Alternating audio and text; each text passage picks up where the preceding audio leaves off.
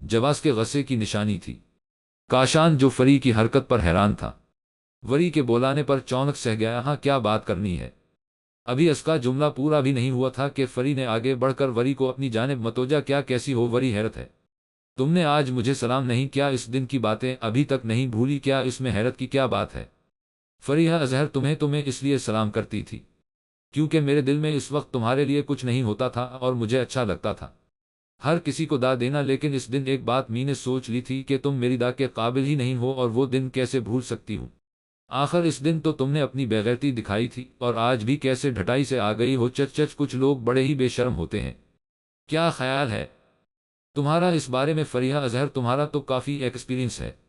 نوری نے کبھی زندگی میں کسی سے ایسی تلخی سے بات نہیں کی تھی جتنی آج تلخی سے آج فری سے بات کی تھی۔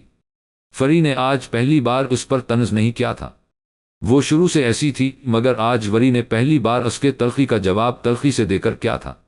ہوتے ہیں نہ کچھ لوگ جن سے جتنی محبت سے بھی پیش آئے وہ پھر بھی اپنا رویہ ٹھیک نہیں کرتے۔ اس بندے کے ساتھ فری بھی ویسی ہی تھی، لیکن وہ یہ نہیں جانتی تھی شاید کہ اگر وہ اس سے محبت سے پیش آ رہی ہے تو سختی سے بھی پیش آ سکتی ہے۔ کسی کی برداشت کو نہیں آزمانا چاہیے، کیونکہ اگر اس نے برداشت کا دامن چھوڑ دیا تو آپ کو آپ کی اوقات دکھانے میں لمحہ نہیں لگائے گا۔ کاشی حیرت سے ان دونوں کو دیکھ رہا تھا جو ایک دوسرے کو چھپتی ہوئی نظروں سے دیکھ رہی تھی۔ گھر میں صرف سحر بیگم، عفان میرو اور حسن صاحب کو پتا تھا فری کی ساری بکواس کا، باقی سب کو صرف یہ بتایا تھا کہ یونی کی ایک لڑکی اور لڑکے نے کی تھی وہ ساری بکواس، مگر اب کاشی کو بھی ان کی باتوں سے اندازہ ہو رہا تھا کہ جس لڑکی نے وہ ساری بکواس کی تھی وہ فری ہی تھی، کیونکہ اس نے کافی بار اس لڑکی کا نام میرو سے پوچھنے کی کوشش کی تھی مگر وہ ٹال جاتا تھا۔ میں تمہاری شادی میں نہیں، اپنی کزن کی شادی میں آئی ہو، فری بہت تپے ہوئے لہجے میں کہا۔ تذہیب سے اس کا چہرہ سرخ ہو گیا تھا۔ میں جانتی ہوں، اور یہ بات یاد رکھو کہ تم واقعی میں ثنا کی وجہ سے یہاں ہو، اور میری شادی میں تو آنے کا تصور بھی اپنے ذہن سے نکال دو، کیونکہ میں اپنی شادی میں کسی گندے ذہن کی لڑکی کو نہیں بلوں۔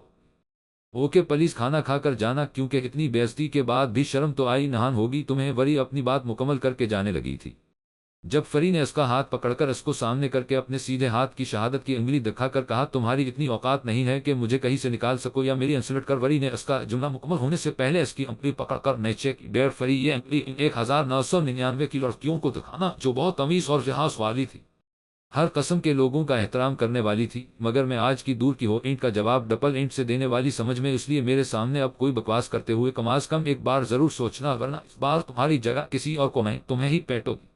سمجھ میں آئی؟ وری بات مکمل کر کے اس پر ایک چھپتی ہوئی نظر ڈال کر چلی گئی۔ کا کاشی بھی وہاں سے ہٹ گیا تھا۔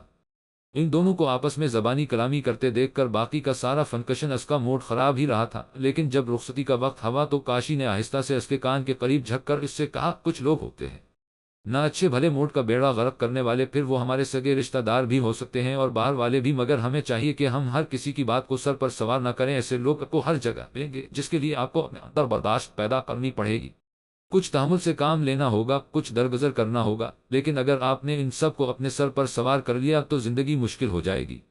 وری ضروری نہیں ہر انسان اچھا ہی ملے، آپ کو بہت سے برے لوگ بھی ملیں گے جو شاید کردار کے برے نہ ہو لیکن زبان کے ہو، تو کیا تم ایسے ہی منہ بنا کر پھرو گی؟ اور یار مجھے نہیں پتا تھا وہ لڑکی فری تھی، ورنہ خدا کی قسم می نے اس سے ایسے ہنس ہنس کے بات نہان کرنی تھی۔ کاشی کی آخری بات پر فری کی ہنسی نکل گئی۔ سچ کہہ رہے ہو نا؟ وری نے تصدیق چاہی۔ ہاں یار، مرنا تھوڑی نہ ہے، بتایا تھا مجھے علما نے کیسے تم اور عرشا اس کو قتل کرنے کے پلین بنا رہی تھی۔ ویسے وری کتنی خطرناک ہو تم یار، مجھے تو آج پتا چلا ہے لڑکیاں اتنی خطرناک ہوتی ہیں۔ توبہ، بیچارے لڑکوں کا کیا حال کرتی ہیں۔ کاشی لڑکیوں کے بارے میں ایک لفظ بھی کہا نا تو تمہان شوٹ کر دو گی میں۔ وری نے ایک دم اس کو خطرناک گھوری سے نوازا۔ اچھا یار، غصہ کیوں کر رہی ہو؟ لڑکیاں تو بہت میم لیتے چھے ایک سواد و میم ہوتی ہیں، ان سے زیادہ معصوم دنیا میں کوئی نہیں، اور میری کیا مجال ان کی شان میں کچھ کہنے کی۔ کاشی نے اس کو کہہ کر سائڈ طرف اپنا منہ موڑ کر دونوں کانوں کو ہاتھ لگایا جیسے اپنے جھوٹ کی توبہ کر رہا ہو۔ کاشی، میں دیکھ رہی ہوں تمہیں کانوں کو ہاتھ لگاتے ہوئے۔ وری نے مصنوعی خفگی سے کہا، یار می نے کچھ نہیں کیا، اب تو تعریف کر رہا ہوں لڑکیوں کی۔ کاشی نے فورا بات بنائی، دکھ رہا ہے کاش ابھی میری ساری ایف بی کی لڑکیاں ہوتی نا ادھر تو ان سے جوتے پڑواتی تم کو۔ وری نے آنکھیں دکھا کر کہا، رہنے دو، وہ مجھے جوتے ہر گز نہ مارتی بلکہ پھول برساتی مجھ پر، وہ سب اتنی فدا ہے مجھ پر۔ کاشی نے اپنے مصنوعی کالر جھٹکے، یہ منہ اور مسور کی دال ہنہا، وہ اور فدا ہوں تم پا جائیں کاشان صاحب، منہ دھو کر آئیں، دنیا میں ابھی لڑکے ختم نہیں ہوئے جو وہ آپ پر مرے گی۔ کاشی نے اس کا موڈ فریش کر دیا تھا۔ ہاں بس تم جلتی رہنا، میری ایک بی کی ممبر سے وری تمہیں تو میں پوچھتا نہیں ہوں، اس لیے تم ان لڑکیوں سے جلتی ہو۔ اللہ اللہ، کتنی غلط فہمی ہے، کبھی پوچھنا ان سے کہ وہ تمہیں کس نام سے پکارتی ہیں۔ یقین کرو اگر انہوں نے لنگور نہ کہا تو آج سے لنگور ہی کہان گی۔ وری نے اتنا کہا اور آگے کی طرف بڑھ گئی کیونکہ کاشی کی بھنویں غصے سے آپس میں مل گئی تھی۔ اس شخص نے اپنی کار ڈولمن مال کے سامنے روکتے ہوئے اپنے جیب سے موبائل نکال کر ایک نمبر ڈائل کیا اور فون اپنے کان سے لگایا۔ دوسری طرف بیل جا رہی تھی مگر کوئی فون نہیں اٹھا رہا تھا۔ اس نے کاٹ کر ایک بار پھر کال ملائی، اس بار 5 بیل پر فون اٹھایا گیا۔ السلام علیکم، کیا تم مل سکتی ہو ابھی؟ اس نے سلام کرتے ساتھ اپنی فون کرنے کی وجہ ظاہر کر دی۔ وعلیکم السلام، وہ تم حال بھی پوچھ لیا کرو، بس فون کرتے ساتھ اپنے دکڑے شروع کر دیتے ہو، ملنا کیوں ہے؟ اس لڑکی نے شکوہ کرتے ساتھ سوال کیا۔ اس نے باقی باتیں نظر انداز کر کے آخری بات کا جواب دیا، ایک کیس کے سلسلے میں بات کرنی ہے۔ امپورٹنٹ، اگر ابھی مل سکتی ہو تو پلیز آ جاؤ، میں ڈولمن مال کے پاس ہوں۔ اس نے فون کو کان سے ہٹا کر گھورا جیسے اس آفیسر کو گھورا ہو۔ یہ تم پوچھ رہے ہو یا آرڈر دے رہے ہو؟ الف، اس نے تیکھے لہجے میں پوچھا۔ پوچھ رہا ہوں۔ اب بتا بھی دو، اس نے نہایت عاجزی سے کہا۔ اوکے، تم اوپر فوڈ کورٹ میں میرا انتظار کرو، میں 10 منٹ میں پہنچتی ہوں۔ اس نے کہتے ساتھ فون بند کیا اور واش روم کی طرف بڑھی۔ 2 منٹ میں تیار ہو کر نیچے گئی اور اگلے منٹ میں وہ اپنی گاڑی میں بیٹھ کر نکل چکی تھی۔ اگلے 15 منٹ میں وہ اس کے سامنے کھڑی تھی۔ اس نے ہلکی سی مسکراہٹ کے ساتھ سلام کیا اور اس کو بیٹھنے کا اشارہ کیا۔ کیا ہوا ہے؟ تمہارے چہرے کا رنگ کیوں اڑا ہوا ہے؟ نور نے اس کے چہرے کی طرف دیکھتے ہوئے کہا، جو نہایت سنجیدہ اور فکر مند نظر آ رہا تھا۔ اپنی زندگی دور جاتے دیکھ کر سب کا ہی رنگ اڑتا ہے نور صاحبہ، اس نے دل میں یہ کہا اور اس کو مسکرا کر دیکھتے ہوئے بولا، کچھ نہیں، بس تم سے ایک ضروری بات کرنی تھی۔ پہلے کچھ کھا لو، اس نے وجہ بتاتے ساتھ کھانے کا پوچھا۔ نہیں، تم سیدھے بات بتاؤ، کھانا کھا کر آئی ہوں میں؟ نور نے اسے روک دیا۔ ویٹر کو بلوانے سے اس نے ایک نظر اس کو دیکھا اور بات کرنے کے لیے لفظ تلاش کر کہنا شروع کیا، جو دیکھتا ہوں وہی بولنے کا عادی ہوں، میں اس شہر کا سب سے بڑا فسادی ہوں، مجھے ایک نیا کیس ملا ہے جو میرے باقی کیسز سے زیادہ مختلف ہے۔ یہ کیس بہت الجھا ہوا اور خطرناک ہے۔ اس کیس کے لوگ آفیسر، کیا مسئلہ ہے؟ مجھے کیون بتا رہے ہو اپنے کیس کا؟ تم جانتے ہو نا کیس کے متعلق کسی کو بھی بتانا منع ہے۔ اس نے اسے بات مکمل نہیں کرنے دی۔ میں پہلے بھی تمہیں اپنے کیس کے متعلق بتاتا رہا ہوں، پھر آپ کیا مسئلہ ہے؟ اس نے اسے کریدا، تم مجھے اس لیے بتاتے تھے کیونکہ تمہیں میری مدد کی ضرورت ہوتی تھی۔ اگر تمہیں کوئی کام ہے تو بتاؤ، لیکن اگر نہیں تو پھر مجھے کیس کے متعلق بتانے کی ضرورت نہیں ہے۔ مجھے کام ہے تم سے، اس نے آہستہ سے کہا۔ کہو کیا کام ہے؟ اس نے بھی اس کے انداز میں کہا، میں چاہتا ہوں کہ تم اس کیس کو ہینڈل کرو میرے ساتھ۔ اس نے بہت تحمل سے کہا، آفیسر تمہارا دماغ تو نہیں خراب ہو گیا؟ تم جانتے ہو میں یہ فیلڈ چھوڑ چکی ہوں۔ اس نے دبا دبا سہ چیخ کر کہا، میرا دماغ بالکل ٹھیک ہے نور، اور میں واقعی میں چاہتا ہوں کہ تم یہ کیس کرو۔ علی می نے تمہارا سر پھاڑ دینا ہے۔ کیسا بیہودہ مذاق کیے جا رہے ہو، تمہیں پتا ہے میں یہ کیس نہیں کر سکتی۔ نور کے لہجے میں تیزی تھی بہت۔ اس نے آج کافی عرصے بعد اس کا نام پکارا تھا، ورنہ وہ اسے آفیسر ہی کہا کر پکارتی تھی۔ وہ ہلکا سے مسکرایا اپنا نام سننے پر، پھر بہت نرمی سے کہا، کیوں نہیں کر سکتی تم نور؟ تم سب کر سکتی ہو، اور میں تمہارا نام اس کیس کی فائل پر لکھوا چکا ہوں۔ نور، تم اس ملک کے لیے کچھ نہیں کرنا چاہتی کیا؟ تم تو کہتی تھی میں اپنی جان بھی اس ملک کے لیے دینا چاہتی ہوں، پھر جب تمہیں اب موقع مل رہا ہے تو تم کیوں نہیں کچھ کر لیتی؟ علی، کون بدنصیب چاہتا ہوگا کہ وہ اس پاک وردی کو نہ پہنے؟ علی می نے پہنی تھی یہ وردی، اس وردی کے ذریعے اپنے ملک کے لیے کام کیا ہے؟ تم اس درد کو نہیں سمجھ سکتے، ایک بار اس وردی کو پہن کر واپس کر دینے کا درد کیسا ہوتا ہے؟ می نے اس وردی کو خوشی سے نہیں چھوڑا تھا، کسی کی بے بسی نے اور کسی کے وعدے نے مجھے اپنا جنون، اپنی جان چھوڑنے کا کہا تھا، اور میں اس ہنستی کی بات نہیں ٹال سکتی تھی۔ میں ویسے ہی ان کو بہت دکھ دے چکی ہوں اور نہیں دے سکتی۔ نور، تم انہیں کوئی دکھ نہیں دے رہی، اور فکر نہ کرو، تمہاری زندگی کی ایک قیمتی ہنستی سے اجازت لے کر میں تمہارے پاس آیا۔ ہاں، یہ سچ ہے نور کہ تمہاری زندگی کی ایک ہنستی اس بات سے انجان ہوگی، مگر دوسری ہنستی کے پاس تمہارے پل پل کی خبر ہوگی۔ علی، تم کیوں چاہتے ہو کہ میں اس کیس کو ڈیل کروں اگر میں نہ کر سکی تو؟ نور نے اپنے خدشات ظاہر کیے۔ نور، یہ کیس میں نہیں بلکہ اویس نے دینے کا کہا ہے۔ وہ دونوں بہت ہلکی آواز میں باتیں کر رہے تھے تاکہ کوئی اور ان کی باتیں نہ سن سکے۔ نور نے حیرت سے اس کو دیکھ کر کہا، انہوں نے تمہیں بھیجا ہے میرے سے بات کرنے کے لیے؟ اس کے لہجے میں بے یقینی تھی۔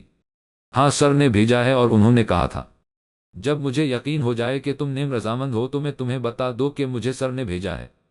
انہوں نے مجھے بھیجتے ہوئے 2 باتیں کہی تھی تم سے کہنے کے لیے۔ وہ اسے دیکھ کر ہلکا سے مسکرایا اور پھر سے کہنا شروع کیا، انہوں نے کہا تھا اگر تم نہ مانو تو تم سے یہ بات کہو، کوئی باپ تمہاری ہاں کے لیے زندہ ہے اور ایک لڑکی تمہاری ہاں کی وجہ سے زندگی کی طرف آ سکتی ہے۔ انہوں نے دعویٰ کیا تھا کہ یہ بات سن کر تم ہاں لازمی کر دو گی، اور اگر تم نے تب بھی ہاں نہیں کی تو سمجھ جانا کہ بریگیڈیئر اویس اسے کبھی سمجھ ہی نہیں سکے یا شاید جان نہیں سکے۔ وہ اتنا کہہ کر خاموش ہو گیا تھا اور اب مو کو دیکھ رہا تھا جو رضامند ہوتی نظر آ رہی تھی۔ نور نے ایک گہری سانس لی اور ہلکا سے مسکرا کر اس کی طرف دیکھتے ہوئے گویا ہوئی، مجھے ایک بات کافی دیر سے الجھن میں ڈال رہی تھی، لیکن اب وہ الجھن بھی ختم ہو گئی ہے۔ وہ سنبھل گئی تھی اور تیار تھی ایک اور بازی کھیلنے کے لیے۔ کون سی الجھن؟ اس نے حیرت سے پوچھا۔ یہ کہ تم مجھے اتنی پبلک پولیس پر اپنے کیس کے متعلق کیوں بتانے لے کر آئے تھے؟ اس نے اسی انداز میں جواب دیا، کیون لے کر آیا ہوں تمہیں اتنی پبلک پولیس پر؟ اس نے بامشکل اپنی ہنسی ضبط کی، جان تو تم چکے ہو مگر میں پھر بھی بتا دیتی ہوں، کیونکہ اگر تم مجھے کسی خالی جگہ پر لے کر جاتے، مثلا سی سائڈ یا اپنے آفس میں، تو میں نے تمہاری بات سننے سے پہلے تمہارا اوپر کا ٹکٹ کٹوا دینا تھا، اور مجھے یقین ہے اتنی پبلک پولیس پر جہاں میں تمہیں کچھ نہیں کہہ سکتی تھی، تب بھی تم یہاں آنے سے پہلے سر اویس کو بول کر آئے ہوگے کہ میرا کفن تیار رکھے ہیں نہ؟ اس نے مسکراتے ہوئے اپنی بات مکمل کر کے اپنی بات کی تصدیق چاہی۔ ہاں، مگر تمہیں کیسے پتا چلا؟ سچی سچی بتاؤ نور، کہیں تم مجھ پر جادو ٹونا تو نہیں کر رہی ہو کہ اتنا ہینڈسم لڑکا تمہاری مٹھی میں آ جائے؟ اس نے اسے چھیڑ الف ہاں تمہاری باتیں پتا کرنے کے لیے یا تمہیں جاننے کے لیے مجھے کسی جادو کی ضرورت نہیں ہے۔ اس نے فخر سے اپنے مصنوعی کالر جھاڑے۔ اچھا، ورنہ میں سوچ رہا تھا کہیں آج کل تم کسی بابا کے ساتھ نہ بیٹھ رہی ہو کالا جادو سیکھنے کے لیے؟ اس نے اسے تپانے کی کوشش کی جو کہ فضول ثابت ہوئی۔ نہیں، میں تو نہیں بیٹھ رہی کسی کے پاس۔ ہاں، مگر تم ضرور کسی بے وقوف کے پاس بیٹھتے ہو، شاید اس نے بھی اسے چڑھایا۔ اچھا، بس اب زیادہ نہ فری ہو اور کیس کا سن لو۔ میرے علاوہ ایک اور میجر اسے ڈیل کر رہا ہے جس کا نام سر نے نہیں بتایا کیونکہ پھر تم نہ مانتی، لیکن تم اگر جاننا چاہتی ہو تو پوچھ لو ان سے، اس بہانے مجھے بھی پتا چل جائے۔ نور نے اس کی بات سن کر اس بات میں سر ہلایا اور سر کو کال کرنے کا کہا۔ ہم چلو کال کرو تاکہ سر سے بات کرو۔ علی نے کال ملا کر فون نور کے ہاتھ میں تھمایا۔ نور نے فون کر کان سے لگا، دوسری بیٹ پر کال پکڑ لی گئی جیسے وہ اس کال کے انتظار میں ہو۔ ہاں آفیسر، کیا بنا؟ ہماری بیٹی مانی کہ نہیں؟ وہاں سے بہت بے تابی سے سر اویس نے پوچھا، جیسے انہیں خدشہ ہو کہ شاید وہ نہ مانے، اتنی ایموشنل باتیں کہی ہیں اس سے کہنے کے لیے، اور اب بھی پوچھ رہے ہیں کہ مانی کہ نہیں؟ نور نے ناراضگی سے کہا، وہ میرا بیٹا کیسا ہے؟ می نے بہت یاد کیا تمہیں نور، انہوں نے محبت سے چور لہجے میں کہا۔ یاد کر لیا مگر فون نہیں کیا؟ ایک فون کرتے میں آ جاتی آپ سے ملنے۔ اس کی ناراضگی اب بھی قائم تھی۔ میں تمہارے لیے مسئلے نہیں پیدا کر سکتا تھا، تم جانتی ہو تم مجھے کتنی عزیز ہو، انہوں بے حد نرمی سے کہا۔ اچھا چلے، میں کل آؤں گی، پھر آپ سے ملاقات ہوگی۔ ابھی آپ مجھے یہ بتائیں کہ یہ کس میجر کو رکھا ہے اس کیس میں ہمارے ساتھ؟ پہلے تم وعدہ کرو کہ تم اس کا نام سن کر کیس چھوڑ کر نہیں بھاگو گی یا انکار بھی نہیں کرو گی۔ ان کے لہجے میں خدشات تھے۔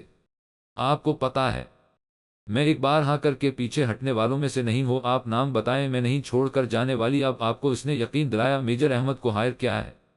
می نے انہوں مجرمانہ انداز میں کہا۔ کیا سیریسلی آپ نے میجر احمد کو یہ کیس دیا ہے؟ نور کے لہجے میں بے یقینی ہی بے یقینی تھی۔ ہاں نور، انکار مت کرنا، وہ نہیں جانتا تمہارے بارے میں پولیس، تم ابھی اس کیس کے متعلق نہیں جانتی۔ مجھے قابل لوگ چاہیے اور اپنے ملک کے لیے میں کچھ بھی کر سکتا ہوں پولیس۔ نور، سمجھنے کی کوشش کرو۔ اوکے سر، میں تیار ہوں، لیکن اگر بعد میں یہ بات کھلی تو مجھ سے مت کچھ کہیے گا، سب کچھ آپ خود سنبھالیں گے اور مجھے کیس کے پیچ میں کوئی روک ٹوک نہیں ہوگی، پھر چاہے اس کے لیے جان معاملہ بھی آ جائے۔ اس نے ایک عزم کے ساتھ کہا۔ اوکے میرا بیٹا، اور شکریہ میرا سر فخر سے اونچا کرنے کے لیے انہوں نے پیار سے اس کا شکریہ ادا کیا۔ میں یہ نہیں کہوں گی کہ شکریہ کر کے مجھے شرمندہ نہ کہیں، بلکہ میں کہوں گی کہ شکریہ سے کام نہیں بننے والا، اتنا مشکل کام سر انجام دینے والی ہوں۔ اس چیز پر ایک ٹریٹ تو بنتی ہے، وہ بھی آپ کے پیسوں پر، کیونکہ پتہ نہیں اس کے بعد موقع ملے یا نہیں۔ اس کی یہی حد سے زیادہ پریکٹیکل باتیں انہیں کبھی کبھار دکھ دیتی تھی۔ نور، ایسے نہ کہو، اللہ تمہیں لمبی زندگی دے، کامیاب کرے اور آس کیس سے بھی زندہ سے سلامت واپس لائے، آمین انشاءاللہ۔ اچھا بتائیں، پھر کل دوپہر کا کھانا کھلا رہے ہیں؟ نہ آ جانا، تم بھوکی کے پیٹ میں مروڑے پڑ رہے ہوں گے۔ میری جیب بھری دیکھ کے انہوں مصنوعی خفگی سے کہا، جی بالکل صحیح پہچانا، میرے پیٹ میں واقعی میں مروڑ پڑ رہے ہیں، اس لیے کل اپنا کریڈٹ کارڈ لے کر آئیے گا۔ اللہ حافظ، اپنا خیال رکھے گا، تم بھی میرا بیٹا، اللہ حافظ۔ اس نے فون بند کر کے علی کی طرف بڑھایا۔ اس نے فون پکڑ کر ٹیبل پر اپنے سامنے رکھا اور سے اس کے چہرے کو دیکھا جہاں کوئی تاثر نہیں تھا سوائے سکون کے۔ کیا تمہیں کوئی فرق نہیں پڑ رہا اس کیس میں ہونے سے؟ علی نے اپنی بات کہہ دی جو اسے کب سے کھٹک رہی تھی۔ ہاں پڑھا تھا، پر اب نہیں پڑھ رہا، جب میں نے ارادہ کر لیا ہے اس کیس میں آنے کا تو پھر کسی کو پتہ چل جانے کا ڈر کیوں رکھو ساتھ؟ خیر اب کچھ منگوا بھی لو، بھوک لگ گئی ہے مجھے۔ نور نے بات بدل دی تھی۔ تم نے بات بدلنی ہے تو ویسے ہی بدل لو، میرا خرچہ کیوں کروا رہی ہو؟ علی نے اس کو سے قسم کی گھوری سے نوازا۔ بس اب منگاؤ کچھ، سچی میں بھوک لگی ہے، اور ویسے بھی تم نے اپنی ترقی کی ٹریٹ نہیں دی ابھی تک۔ نور نے اس کو یاد دلایا۔ ٹریٹ کہاں؟ ٹریٹ کر کے تم نے ایک دن مجھے سڑک پر لے آنا ہے۔ اس کی بات پر نور نے قہقہ لگایا، مگر علی نے اس کو نظر انداز کر ویٹر کو آواز دی، زندگی کا قصہ کچھ یوں مختصر لکھ بیٹھے ہیں، ہم زندہ تو ہیں پر اپنی روح کو کھو بیٹھے ہیں۔ وہ لڑکی ان خاتون کو نماز پڑھتے ہوئے دیکھ رہی تھی جو بہت آرام سے ٹہر ٹہر کر نماز پڑھ رہی تھی۔ انہوں نے سلام پھیرا اور دا کے لیے ہاتھ اٹھائیے، وہ رو رہی تھی۔ ٹپکا ٹپکا آنسو ان کا شفاف آنکھوں سے بہہ رہا تھا۔ وہ عجیب سے انداز میں ان کو دیکھ رہی تھی۔ ان کے آنسو اس کو عجیب سے لگ رہے تھے۔ وہ رو رہی تھی مگر ان کے آنسوؤں میں سکون تھا۔ ان کو خدا سے کوئی ناراضگی نہیں تھی، کوئی شکوہ نہیں تھا۔ وہ اتنی سکون میں کیسے تھی؟ ان کو کوئی تکلیف کیوں نہیں تھی؟ کیا ان کی زندگی میں کبھی دکھ نہیں آئے؟ اگر نہیں تو پھر میری زندگی میں کیوں ہے؟ کیوں جب میں روتی ہوں تو میری آواز تکلیف سے پھٹ رہی ہوتی ہے اور جب یہ روتی ہیں تو ایسا لگتا ہے سکون میں ہے؟ یہ آخر سکون میں کیوں ہے؟ وہ لڑکی اپنا اور ان معزز خاتون کا موازنہ کر رہی تھی مگر کوئی بھی ایسی چیز اس کے ہاتھ نہیں لگ رہی تھی جس سے اس کو پتہ چل جائے کہ وہ کیوں اتنی سکون میں ہے اور وہ کیوں اتنی بے سکون ہے۔ جب کافی دیر تک وہ جواب نہیں ڈھونڈ سکی تو ان سے پوچھ لیا، آپ اتنی سکون میں کیسے ہیں؟ کیا آپ کی زندگی میں کوئی دکھ نہیں؟ اگر ہے دکھ تو وہ تو میری بھی زندگی میں ہے، پھر آپ اتنی سکون میں کیسے ہیں اور میں اتنی بے سکون کیوں ہو؟ وہ ان سے ایسے پوچھ رہی تھے جیسے کوئی بچہ اپنی ماں سے پوچھ رہا ہو کہ اس کے پاس اتنے سارے کھلونے کیوں نہیں ہیں جتنے ان کے ہمسائے کے بچے کے پاس ہیں، لیکن وہ بچہ ہوتا ہے۔ اسے یہ کہہ کر ٹالا جا سکتا ہے کہ اگلے مہینے تمہیں بھی دلوا دوں گی، یا یہ کہہ کر کہ آپ تو بہت پیارے بچے ہو، اپنی ماما کے بات مانتے ہو، ابھی ماما کے پاس پیسے نہیں ہیں، جب ہوں گے تب ماما آپ کو ڈھیر سارے کھلونے دلوائے گی۔ مگر وہ بچہ ہوتا ہے، وہ بہل جاتا ہے۔ وہ بڑی تھی، اس کو بہلانا نہیں تھا، سیدھے راستے پر لانا تھا۔ انہوں نے جائے نماز طے کر کے سائڈ ٹیبل پر رکھی اور اس کے پاس آ کر بیٹھ کر اس کا تھا اپنے ہاتھ میں پکڑ کر کہا، کیونکہ میں لوگوں سے امیدیں نہیں لگاتی، میری صرف ایک ہی امید ہے، میرا رب میرا اللہ۔ میں اس کو صرف اپنے دکھ میں نہیں یاد کرتی، میں اس کو اپنی خوشی میں بھی یاد کرتی ہو۔ ہر انسان اپنا ہمدرد خود چنتا ہے، می نے بھی چن لیا ہے۔ اللہ کو اس سے زیادہ بہتر زخم پر مرہم کون لگا سکتا ہے؟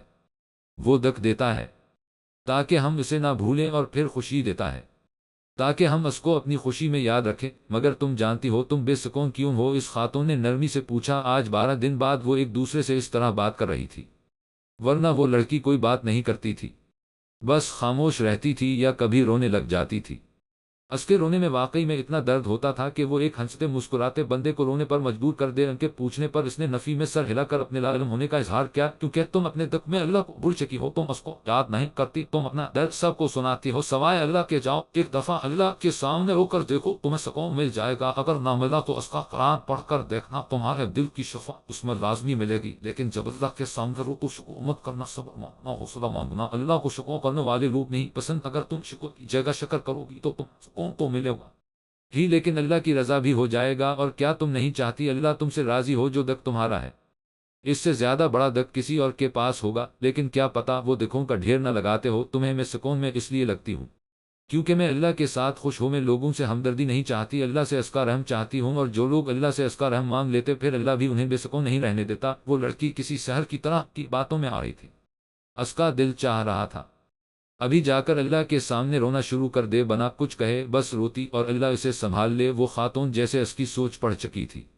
وہ اس کے پاس سے اٹھی، ٹیبل پر پڑا جائے نماز خاموشی سے اٹھا کر بچھایا اور اسی خاموشی سے کمرے سے نکل گئی۔ وہ لڑکی آہستہ سے اٹھی، واش روم سے وضو کر کے آئی اور عصر کی نماز کے دوران ہی اس کی ہچکیاں نکل گئی، مگر وہ نماز پڑھتی رہی۔ اب اسے لوگوں سے نہیں اللہ سے سکون چاہیے تھا، اور اللہ سے کوئی چیز دل سے مانگی جائے تو وہ بھی دے دیتا اگر وہ ہمارے حق میں بہتر ہو۔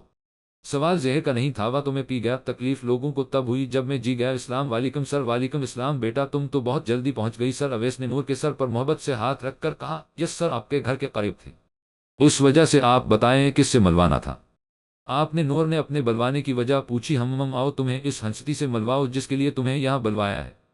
بریگیڈیئر اویس اسے ایک کمرے میں لے کر آئے۔ جیسے ہی کمرے کا دروازہ کھلا، سامنے بیڈ پر ایک بہت کمزور وجود پڑا ہوا تھا اور اس سے کچھ فاصلے پر ایک ضعیف آدمی اس لڑکی کا ہاتھ پکڑے بیٹھا ہوا شاید کچھ صورتیں پڑھ کر دم کر رہا تھا۔ اس پر ان دونوں کی حالت ایسی تھی کہ نور اگلا قدم نہیں اٹھا سکی۔ اس نے بے اختیار پیچھے مڑ کر سر اویس کو سوالیہ نظروں سے دیکھا۔ سر اویس نے ایک گہری سانس خارج کی اور ایک نظر اس لڑکی کو دیکھ کر کہنا شروع کیا، یہ لڑکی ہمارے کیس کا حصہ ہے جس گینگ کی ہم انفارمیشن جمع کر رہے ہیں۔ اس گینگ کے باس نے اس کا یہ حال کیا ہے؟ اس کو اپنی ہوش کا نشانہ بنایا گیا۔ تمہیں اس کیس میں لانے کی سب سے بڑی وجہ یہ لڑکی ہے نور۔ میں چاہتا ہوں تم اس کے ساتھ وقت گزارو، اس کو زندگی کی طرف لاؤ، اس سے پوچھو کہ یہ وہاں سے کیسے نکلی۔ سر اویس اپنی بات کہہ رہے تھے جب اس نے بیچ میں ٹوکا، اس لڑکی کا نام کیا ہے؟ اس کے لہجے میں درد تھا، بہت گہرا۔ مریم، اس کا نام مریم ہے، سر اویس نے آہستہ سے بتایا۔ کیا یہ اکیلی نکلی تھی وہاں سے یا کوئی اور بھی لڑکی تھی؟ اس نے اسی انداز میں پھر پوچھا۔ نہیں، اس کے ساتھ ایک اور لڑکی بھی تھی اور وہ بچ گئی ہے۔ وہ کسی کی زیادتی کا نشانہ نہیں بنی، سراویس نے مدھم آواز میں کہا۔ آپ کیسے کہہ سکتے ہیں؟ کیا آپ ملے ہیں اس لڑکی سے؟ نور نے سوالیہ انداز میں پوچھا۔ نہیں، اس لڑکی کا بھی کوئی پتہ نہیں ہے کہ وہ کہاں ہے۔ یہ بچی کچھ نہیں بولتی، بس جب یہ یہاں آئی تھی اس وقت انہوں نے کہا تھا کہ اللہ نے اس کو بچا لیا۔ بابا، مجھے کیوں نہیں بچایا؟ کیا میں اچھی لڑکی نہیں ہوں؟ بس اس کے علاوہ اس بچی نے کچھ نہیں کہا۔ سر اویس خاموش ہو گئے تھے۔ آپ اس لڑکی کا پتہ کروائیں، وہ لڑکی بہت ضروری ہے، لیکن ایک بات بتائیں، کیا آپ مجھے اس گلٹ سے نکالنے کے لیے یہ کیس دے رہے ہیں؟ اس کے لفظوں پر سر اویس نے نظریں چرائی اور بس اتنا کہا، تم ایک قابل ایجنٹ ہو، بہت چھوٹی ایج میں تم نے یہ پروفیشن چنا تھا اور میں چاہتا ہوں کہ تم آگے بھی اس کو لے کر جاؤ، اور مجھے یقین ہے کہ یہ کام صرف تم کر سکتی ہو۔ اس لڑکی کو زندگی کی طرف لانے کا اس کے علاوہ اور کوئی وجہ نہیں۔ سر اویس نے اس کو یقین دلانے کی کوشش کی کہ یہ کام وہ کر سکتی ہے۔ اس نے جواب میں کچھ نہیں کہا۔ اس لڑکی کو دیکھ کر اس کی حالت عجیب سی ہو رہی تھی۔ آج کافی عرصے بعد وہ ان کیسز کا حصہ بنی تھی، اور وہ بھی ایسے کیس کا جو بہت مشکل تھا مگر ناممکن نہیں۔ سر، آپ مجھے اس کیس کے متعلق ساری انفارمیشن دیں، بلکہ ایک میٹنگ رکھ لیں جس میں یہ کیس کھول کر سب کو بتا دیا جائے، لیکن پلیز احمد کو نہیں بلوائیے۔ میں آرام سے خود یہ بات سب کو بتانا چاہوں گی، لیکن ابھی نہیں۔ اس نے اپنے اگلے لاحق العمل سے انہیں آگاہ کیا؟ ٹھیک ہے، جیسا تم چاہو، انہوں نے اس کی بات مانتے ہوئے کہا۔ آج شام 6 بجے سب کو میٹنگ روم میں بلواتا ہوں، تم بھی ٹائم پر آ جانا۔ سر اویس نے اسے تنبیہ کی۔ اوکے سر، اور میں اس لڑکی کے پاس کل سے آؤں گی۔ اوکے، اللہ حافظ۔ سر اویس نے اس کے سر پر شفقت سے ہاتھ پھیر کر کہا۔ اللہ حافظ سر۔ نور نے بھی آہستہ مگر محبت سے انہیں دیکھتے ہوئے کہا۔ وہ سب عفان اور سنون الف شدیدین کے کمرے کے باہر کھڑی کافی دیر سے ان کا روزہ پٹ رہی، مگر مجال ہے کہ عفان صاحب دروازہ کھول دیں۔ عفان بھائی دروازہ کھولے، کیا آج ہی اپنی ساری زندگی کا سونا ہے؟ آپ نے تو ریکارڈ توڑ دیا ہے۔ وہ ساری لڑکیاں انہیں بول بول کر تھک گئی تھی، مگر مجال ہے جو وہ دروازہ کھول دے۔ ابھی وہ سب جانے کا سوچ رہی تھی کہ ایک جھٹکے سے دروازہ کھلا اور عفان کا سر دروازے میں نظر آیا۔ تم لوگوں کو چین نہیں؟ کیوں ہم میاں بیوی کو تنگ کرنے پر تلے ہوئے ہو اٹھ جائیں گے جب دل کرے گا؟ ابھی ہمیں سونے دو۔ عفان نے ان سب کو غصے سے گھورا، لیکن اب وہ گیٹ کھولنے کی غلطی کر چکا تھا، اور اب وہ سب لڑکیاں اس کو پیچھے دکھیل کر اندر اس کے کمرے میں داخل ہو چکی تھی۔ عفان بھائی، ساری رات کیا مکھیاں ماری ہیں جو صبح بھی آپ کی بیوی ہم آپ کو دے دیں؟ بشرا نے بھی مسوائی غصہ دکھایا۔ ہاں تو شادی میری، بیوی بھی میری، اور یہ کمرہ بھی میرا، تم لوگ کیوں ادھر آ گئی ہو؟ اٹھو نکلو میرے کمرے سے۔ عفان نے بشرا کو ذرا سے باہر کی طرف دکھیلا۔ آفی بھائی، لوگ شادی کے کچھ دن بعد بدلتے ہیں، اور آپ تو شادی کی پہلی رات ہی ضم مرید ہو گئے۔ بشرا نے بھی اپنا بدلہ لیا۔ آفی، آپ مت تنگ کرے نا بچیوں کو۔ ثنا نے ان لوگوں کا ساتھ دیا۔ ثنا، یہ 25 سال کی لڑکیاں تمہیں بچیاں کہاں سے لگ رہی ہیں؟ عفان نے حیرت سے استفسار کیا۔ آفی بھائی، خدا کا خوف کرے، کیوں اپنی طرح ہمیں بھی بڑھا سمجھ رہے ہیں؟ یہاں پر موجود ساری لڑکیاں 20 تک کی ہیں بس، اور آپ ہی۔ یہ عفان بھائی، تم سے آپ کب ہوئے؟ ثنا کی جگہ مہرو نے جواب دیا۔ الف ور پھر ثنا کو سوالیہ نظروں سے دیکھا جو وہاں بیٹھی بلش کر رہی تھی، کیونکہ عفان اسے نہایت گہری محبت بھری نظروں سے دیکھ رہا۔ اس کی بات کا جواب بھی ثنا کی جگہ عفان نے دیا۔ بیٹا، کل ہی ترقی ہوئی ہے، تم بھی رضوان سے کہو تمہاری ترقی کروائے۔ مہرو، تمہیں تو ضرورت بھی ہے، اتنی زباں چلتی ہے، میں بھی دیکھنا چاہتا ہوں رضوان کے سامنے کتنی چلتی ہے۔ آفی بھائی، زیادہ فری نہ ہو، ایوی آپ سب میری درگت بنانے بیٹھے رہتے ہیں، شرم تو آتی ہی نہیں ہے کہ میرے زخموں پر نمک نہ چھڑکے؟ مگر نہیں، خود شادی بھی کر لی اور اب میرے ارمانوں کا قتل کر رہے ہیں۔ مہرو ناک سکیڑ کر کہا۔ بھائی، تم پہلی لڑکی ہو جو شادی کے لیے پاگل ہو رہی ہو، ورنہ لڑکیاں شادی کرنے سے منع کر رہی ہوتی ہیں۔ عفان نے تعصب سے اسے دیکھتے ہوئے کہا۔ مہرو کے پاس اب ان کی باتوں کے جواب ختم ہو رہے تھے، اس لیے اس نے آہستہ سے ثنا کا ہاتھ پکڑا اور عفان کو ذبح چڑھا کر ساری لڑکیوں کو لے کر کمرے سے نکل گئی، سوائے وری کے مہرو، میری بیوی کو تو چھوڑ دو، تم نے جانا ہے تو جاؤ، میری بیوی کو کیوں لے کر جا رہی ہو؟ عفان پیچھے سے آوازیں لگا۔ آپ کی سزا ہے، اب آج کی تاریخ میں آپ کو بیوی نہیں ملنے والی۔ مہرو نے بھی زور سے آواز لگائی اور ثنا کو لے کر نیچے کی طرف بڑھ گئی۔ اس کے جاتے ہی آفی وریشا کی طرف متوجہ ہوا جو کب سے خاموش تھی، کوئی بھی بات اس نے نہیں کی۔ ان کی نوک جھونک کے درمیان کیا ہوا وری؟ کوئی ٹینشن ہے؟ عفان نے محبت سے اس کو ساتھ لگا کر پوچھا۔ نہیں آفی بھائی، بس ایک بات پوچھنی تھی، وری نے ان کے کندھے پر سر رکھتے ہوئے کہا۔ کیا بات میرا بیٹا؟ آفی نے محبت سے اس کے بال سہلاتے ہوئے کہا۔ کل اظہر انکل کی فیملی کس کی طرف سے انوائٹڈ تھی، ہماری یا ثنا بھابھی کی طرف سے؟ وری نے آہستہ سے پوچھا۔ ثنا کی فیملی کی طرف سے، آفی نے حیرت سے جواب دیا، کیونکہ اس وقت فری کی فیملی کی بات آ کر کرنا واقعی حیرت والی بات تھی۔ اچھا ٹھیک ہے، آپ بتائیں کل رات کیسی گزری؟ ثنا بھابھی کے ساتھ وری نے شرارت سے پوچھا، مگر اس کے لہجے کا وہ جوش مفعول تھا جو ہر وقت ہوتا تھا۔ اس کے لہجے میں، وری سچ سچ بتاؤ کیا مسئلہ ہے؟ فری نے، کچھ کیا ہے؟ کل عفان نے تیز لہجے میں پوچھا۔ نہیں بھائی، بس ویسے ہی۔ پوز سے پہلے وری جملہ پارا کرتی آفی نے بیچ میں ٹوک دیا اس کو۔ وری، جھوٹ نہیں بولنا ورنہ مجھے جانتی ہو نا؟ آفی نے اسے تنبیہ کرتی نظروں سے دیکھا۔ وری نے ایک گہری سانس لے کر کہنا شروع کیا، بھائی کل روبینا آنٹی فری ماما نے ماما کے ساتھ بہت بدتمیزی کی تھی، اور آپ کو پتا ہے ماما تو کسی کو کچھ کہتی نہیں ہے، تو می نے سوچا اگر آج وہ آئے گی تو میں ان کی طبیعت صاف کر دو۔ وری نے ایک آنکھ دبا کر کہا، ہاں ہاں ہاں، تم نے کبھی نہیں سدھرنا، لیکن ان کو کچھ کہنے سے میں، کیونکہ مجھے پتا ہے انہوں کس حد تک فضول باتیں کی ہوں گی۔ آفان نے اس کا ساتھ دیا، ہم چلیں نیچے چلتے ہیں۔ وری نے ان کا ہاتھ پکڑ کر کھڑی ہوئی تو آفی نے کہا، ویسے وری تم کس پر گئی ہو؟ ہمارے گھر میں تو کوئی تیز زباں کا نہیں جتنی تم ہو۔ آفی نے شرارت سے کہا۔ وہ اس کا جواب جانتا تھا۔ آپ کی اطلاع کے لیے بتاتی چلو، میں اپنی حسین و جمیل پھوپھی پر گئی ہوں، اس لیے اتنی تیز اور ہوشیار ہوں، اور آپ لوگ میری ماما پر گئے ہیں، اس لیے ڈل اور معصوم ہیں۔ اس کی بات پر آفی نے قہقہ لگایا اور اس کا ہاتھ پکڑ کر نیچے کی طرف آیا، جہاں سب ڈائننگ ٹیبل پر بیٹھے ان کا انتظار کر رہے تھے۔ میٹنگ روم میں تمام افراد آ گئے تھے، سوائے بریگیڈیئر اویس کے۔ سب ان کا انتظار کر رہے تھے۔ جب عجلت میں دروازہ کھول کر ایک نسوانی وجود اندر داخل ہوئی، السلام علیکم، سوری میں لیٹ ہو گئی۔ اس نے بلند میں سب کو سلام کر کے اپنے لیٹ ہونے کی معذرت پیش کی۔ وہ سب حیرت اور بے یقینی سے اس کو دیکھ رہے تھے کہ ایک بار پھر دروازہ کھلا اور بریگیڈیئر اویس روم میں داخل ہوا۔ سب لوگ ان کے ادب کے لیے کھڑے ہو کر سلام پیش کیا۔ انہوں نے جواب دینے کے بعد علی کے ساتھ کھڑے وجود کو تیز نظروں سے گھورا۔ منہ نے آہستہ سے کانوں کو پکڑ کر بنا آواز کے سوری کہا۔ وہ کبھی کسی جگہ پر ٹائم پر نہیں پہنچ پاتی تھی، اور اس میں اس کا قصور نہیں تھا، کیونکہ وہ خاندانی لیٹ تھی۔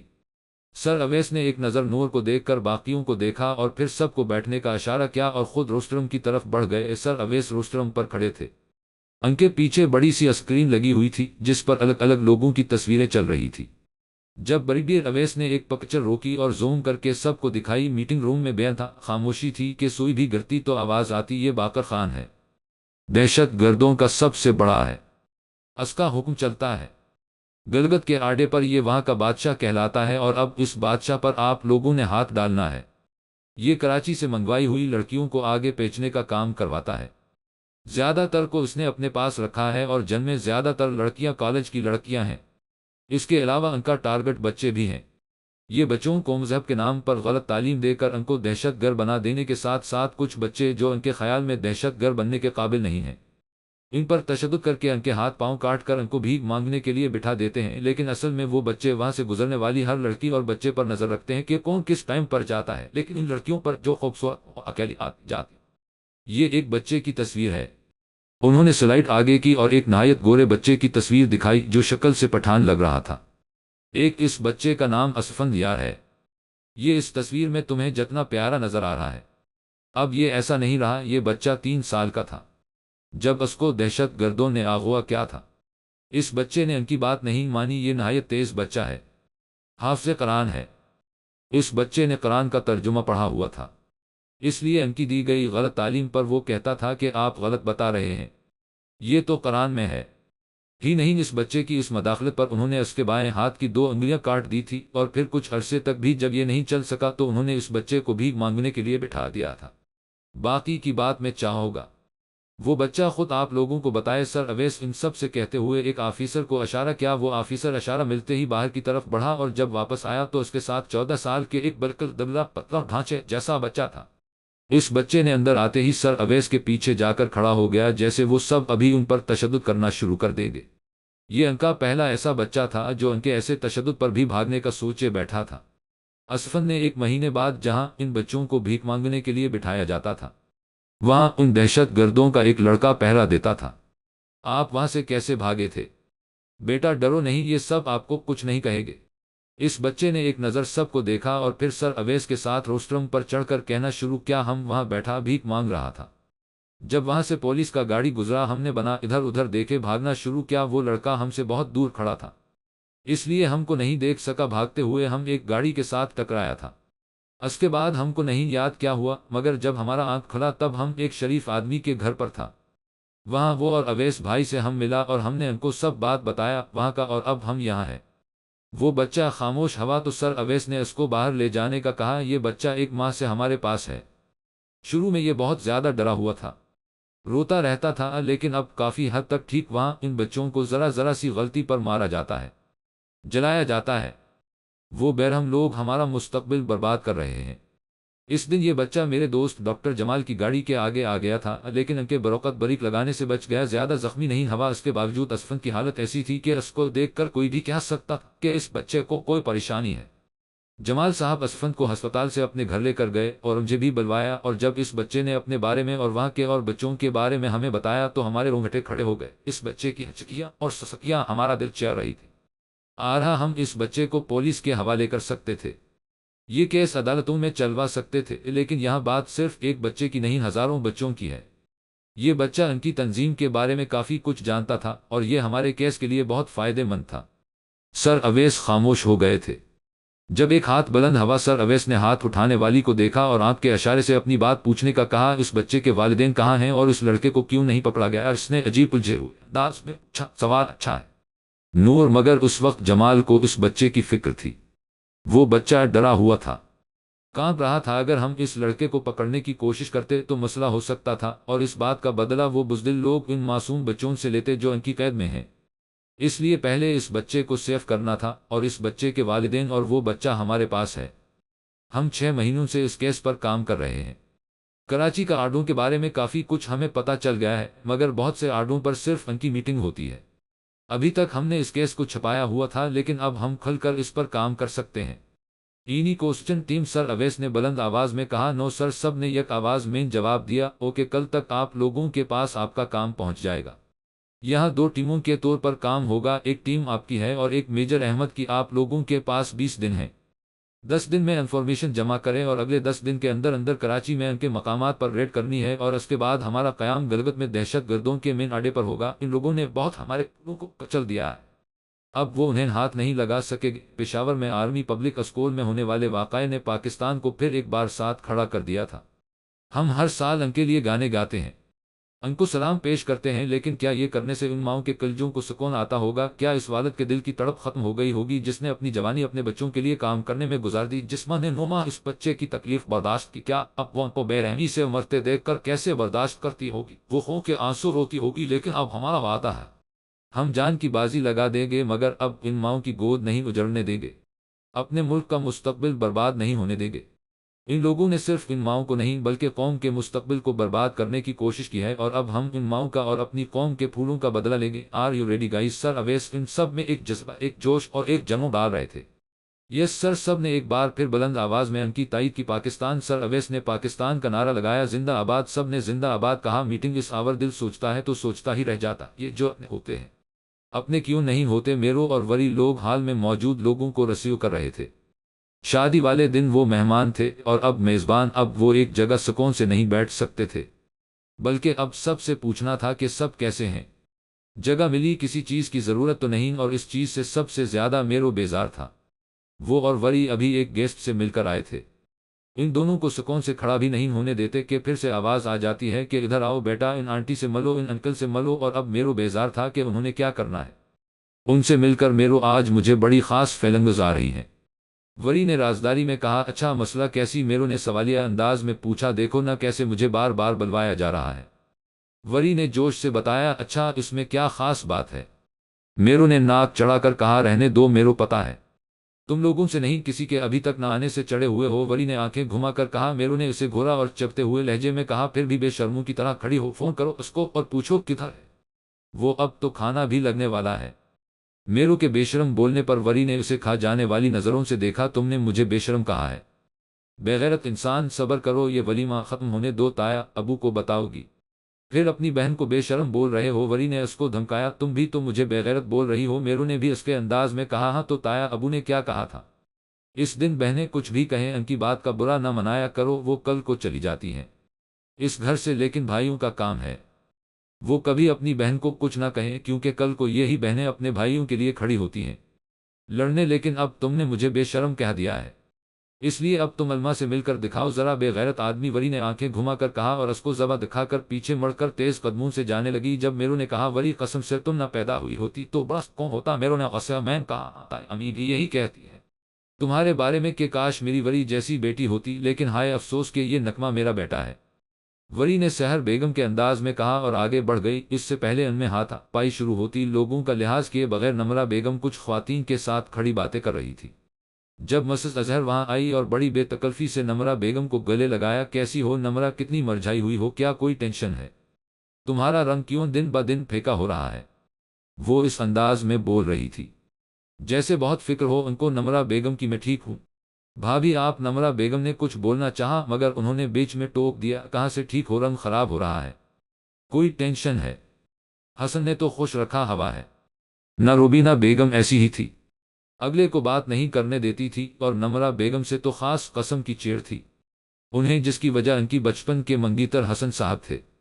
حسن صاحب کو کالج لائف سے نمرہ بیگم سے محبت تھی، جس کی وجہ سے انہوں نے روبینہ بیگم سے شادی کرنے سے انکار کر دیا۔ روبینہ بیگم خود بھی اظہر صاحب کو پسند کرتی تھی، لیکن ایک حسد، ایک جلن تھی کہ ان کے مقابلے میں نمرہ بیگم کو کیوں پسند کیا، جو بہت زیادہ نہ خوبصورت تھی، نہ باتونی، وہ بہت قابل اور خاموش طبع کی تھی، لوگوں کے سامنے دب جاتی تھی۔ اس وجہ سے روبینہ بیگم اس بات کا فائدہ اٹھاتی تھی اور کبھی بھی کہیں بھی اپنی حسد نکال کا اظہار کر دیتی تھی۔ ماما بابا کب سے آپ کو بلا رہے ہیں، جائیں ایک بار ان کو اپنی شکل دکھا دے، ورنہ پتا ہے کتنے بے چین رہتے ہیں آپ کے بغیر ہوتا ہے۔ کبھی کسی کو اس کی اوقات بتانے کے لیے اس کے معیار پر اترنا پڑتا ہے۔ وری نے زبردستی ان کو وہاں سے ہٹایا اور روبینہ آنٹی سے مکاتب ہوئی، سب کہہ رہی تھی آنٹی آپ، ماما کو ٹینشن ہے۔ اس کی بات پر روبینہ بیگم نے حیرت سے وری کو دیکھا، سچی میں آنٹی، لیکن بابا کی ٹینشن نہیں ملی ہے؟